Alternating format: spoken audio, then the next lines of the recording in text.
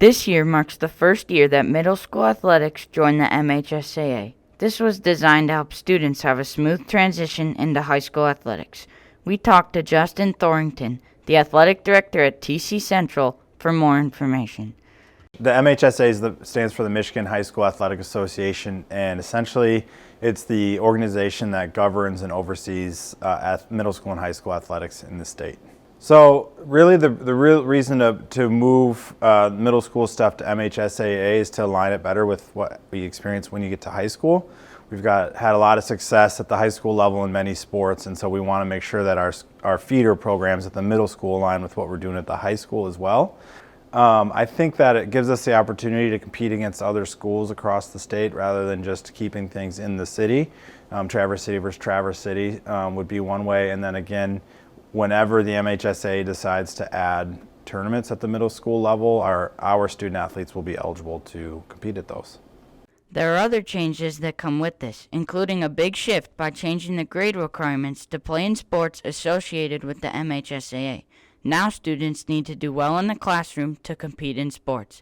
Yeah, so as we have transitioned to the MHSAA requirements, we're still looking at that 2.0 GPA expectation. And then for our 6th, 7th, and 8th graders, we need them to be passing more than 66% of their classes. Usually that very first week of our seasons, what the LEAP office is doing is they're actually running a grade report for every student that's signed up. So for instance, for our fall, anybody who was signed up for volleyball or football or cross country, the LEAP office would have run a report on those students' GPA just to kind of give us a baseline. And if students were above that 2.0, they were all set. If they were below the 2.0, then students would be on what's called a weekly grade track. And so every week we would run the report to see if they were over a 2.0 or not. And based on that is how we found out if they were ineligible or not.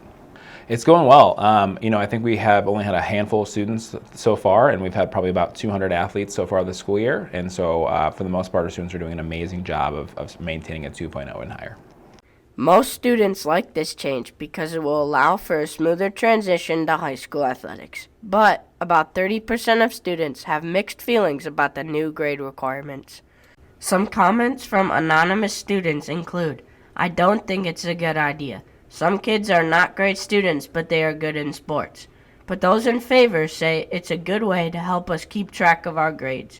But despite some student concerns, administration says being part of the MHSAA offers more opportunities and advantages in athletics. It aligns our philosophy on what educational athletics is all about, and sort of, in my mind, legitimizes middle school athletics a little bit more rather than when we weren't MHSAA members and kind of that model. This has been Ivan and Drew reporting for Trojan TV.